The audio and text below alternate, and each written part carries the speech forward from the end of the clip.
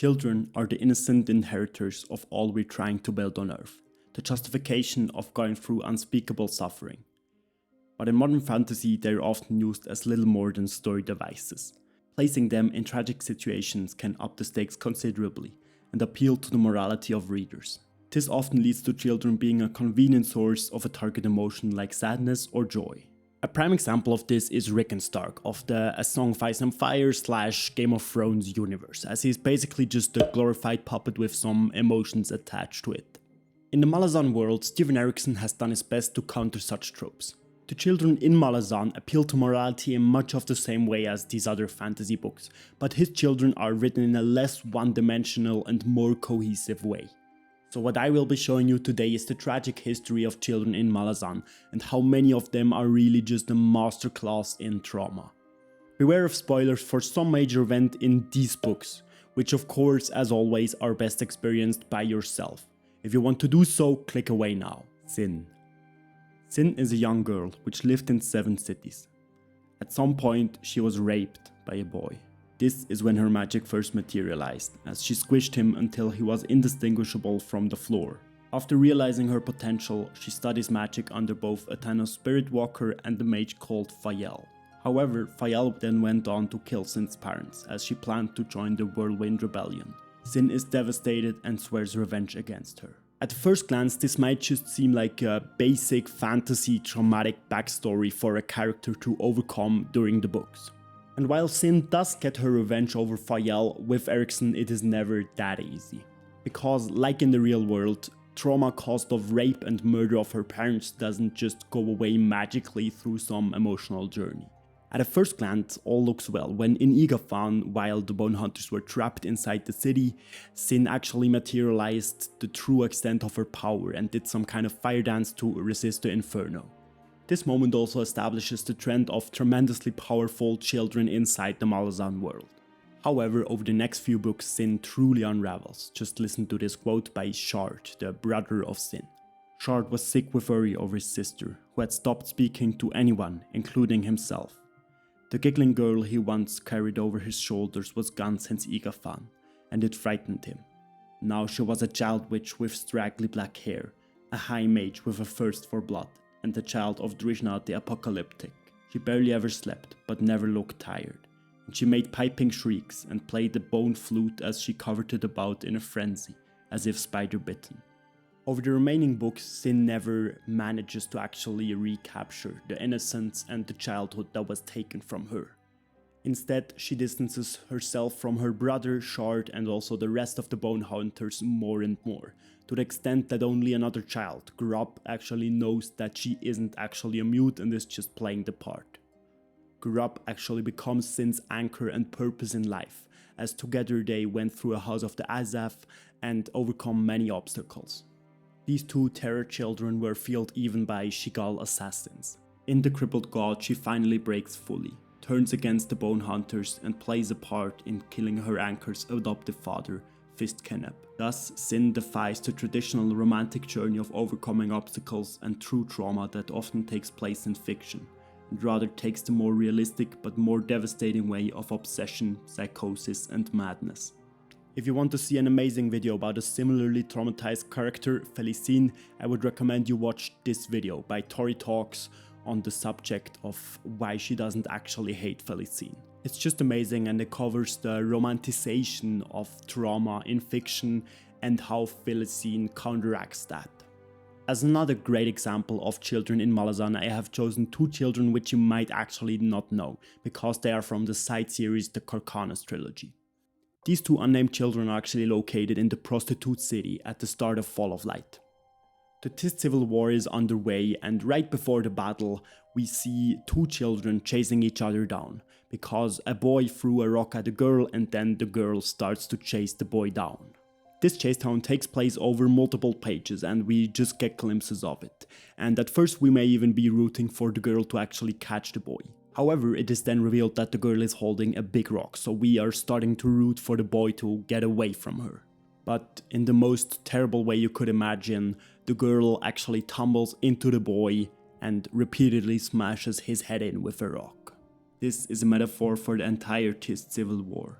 No one believes it will happen until it is already there, and the two usually allied parties, who have so much in common, kill each other. They weren't powerful, important, or even got much book time at all. But this death hit me really hard, as the pointlessness of harm to innocence is truly driven home. This scene is only so tragic because the literal adults in the room were just standing by at the front lines, and anyone could have stopped it, but just no one chose to go down and actually stop these children. No one cared. The literal adults in the room are then just standing by, and some are even betting on the outcome of the chase down. Afterwards, disgustingly, one of them even says, "Now that's a way to start a war."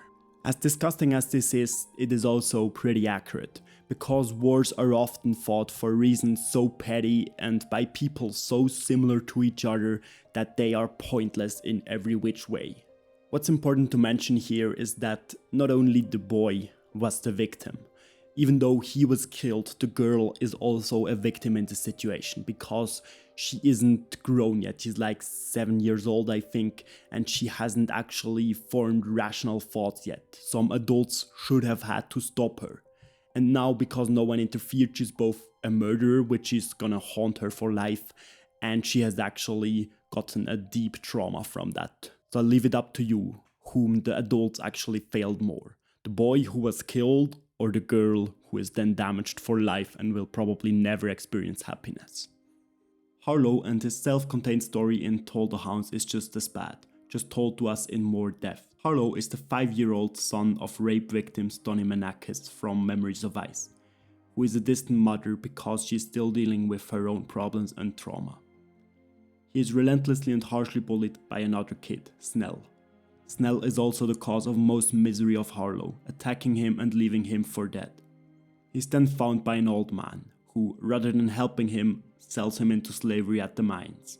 And so, yet another child loses his innocence by the malicious actions of an adult. In the mines, Harllo is a so-called mole. Because of his small size, he can actually reach deposits of ore that adults couldn't go and mine because they would be too big to go into the mine shafts. This is immensely dangerous work, and most moles actually don't make it out of being a mole. They rather die somewhere in the process. He actually enjoys the task of being a mole because it gives him that small sense of exploration which children often strive for. And every fabric of our souls, of the reader, then screams that he should be able to experience such experiences without the threat of death looming at every turn. Ultimately, Harllo befriends the overseer of the moles, which is still a child himself, and therefore causes the jealousy of a used-to-be mole which has grown out of his role. This other child, Bynisk, actually then tries to get Harllo killed. Luckily, Bynisk fails, and the plot is reversed against him and dies himself. However, we have to ask ourselves why Bynisk himself was put into this situation, as he's just a kid and he only wanted some love. So once again, we have child-on-child warfare where no adults interfere at all. Both of these children are actually not yet fully formed and cannot actually take responsible actions, and rather are in need of guidance. While Harllo's story luckily has a happy ending, being reunited with his mother who then recognizes what she had in Harllo, it's still so tragic. He will never forget the lessons he was forced to learn and the things he was forced to do in the mines.